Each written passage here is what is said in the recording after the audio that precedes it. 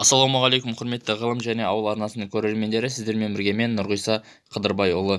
Бүгін біз кез келген қазаққа қол жетімді түрде қалай қорасындағы мал басын асылдандыруға болатыны жайлы айтатын боламыз. Олай болса, біз бастаймыз.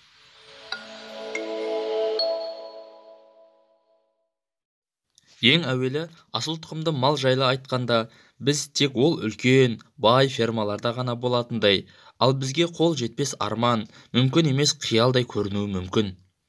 Ондай ойдан арылуымыз керек. Себебі, бұл бұзаулар асыл тұқымды. Көріп тұрғандарыңыздай, үлкен ферма емес, қарапайым қазақтың қорасы. Ал ендеше, қарапайым қазақтың қорасына мұндай асыл тұқымды төлдер қайдан топ ете қалды екен деп ойлап тұрған боларсыздар. Қазір түсіндіреміз. Шетелден бірінші категориядағы асыл тұқымды бұқалардың ұрықтарын қатырылған түрде әкеліп, өзіміздің қарапайым сиырға салып шығарған төлдеріміз осылар. Ұрықты мұқият тексеріп, сапасына көз жеткізіп аламыз. Ұрықтар шетелден келген, әсіресе Еуропадан, тіпті мұхиттың арғы жағынан. Сенбейсіз бе? Қараңыз, ұрықтың толық құжатпен келеді. Қандай бұқаның ұрығы, сол бұқа жайлы деректер, тіпті аты да жазылған.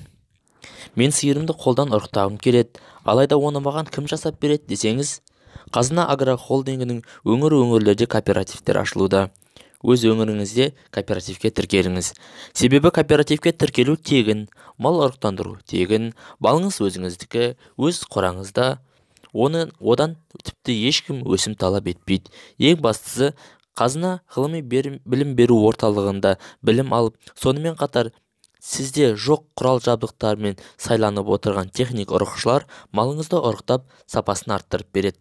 Қазақстанның қай өңірінде болсаңыз да кооперативке тіркеліп, мал басын асылдандыруға асығыңыз. Бұл видеоны WhatsApp топтарда таратыңыз. Әр қазақ білсін, малын асылдандырсын. Аман сау болыңыздар.